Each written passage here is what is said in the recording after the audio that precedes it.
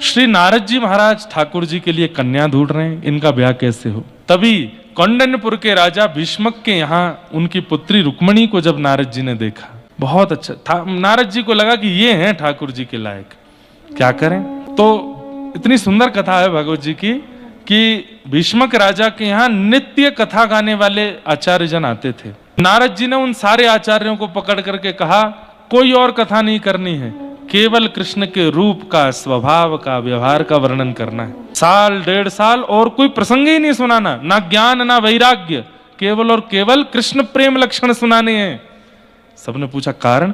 बोले कारण कि भीष्मक राजा की बेटी सबसे आगे बैठ के कथा सुनती है, उसको ठाकुर जी ऐसे रम जाएं कि चले तो कृष्ण देखें, बैठे तो कृष्ण देखें, उठे तो कृष्ण देखें, वो इतनी व्याकुल हो जाए कृष्ण विरह में, तब थोड़ी बात बन सकती है। तो यहाँ सब व्यासों को लगा दिया करके, हर महीने नए व्यास आते हैं कौंडन्यपुर में, आते ही थे हमेशा से, पर अब उन व्यासों की वाणी में थोड़ी रस का भाव ज्यादा, सब ठाकुर जी के रस का वर्णन करते हैं।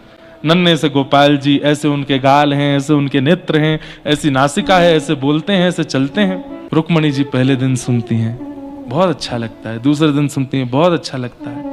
सुनते सुनते 6 महीने जब हो गए तो रुक्मणी जी ने एक दिन व्यास जी से कहा, और कोई विषय नहीं है, आप केवल वो श्याम सुंदर का ही वर्णन करते रहते हैं। स्थिति ये हो गई है कि मैं दाल खाती हूँ, उसमें काला जीरा भी मुझे श्याम सुंदर ही दिखता है। तब वो सब व्यास बोले, इसीलिए तो सुना रहे हैं। अब तो जहां भी रुक्मणी जी देखती हैं, श्याम कांति और पीत वस्त्र देखते ही उनको लगता है ये वही हैं जिनकी मैं कथा सुनती हूं। इसीलिए रुक्मणी जी ने अपने पत्र में सबसे पहला श्लोक लिखा, श्रुत्वा गुणान भुवन सुंदर शृण्वताम ते निर्विश्य कर्ण विवरई हरतोंग तापम। मैंने आपको बहुत सुना है, और ये सुनवाया किसने? नारद जी ने।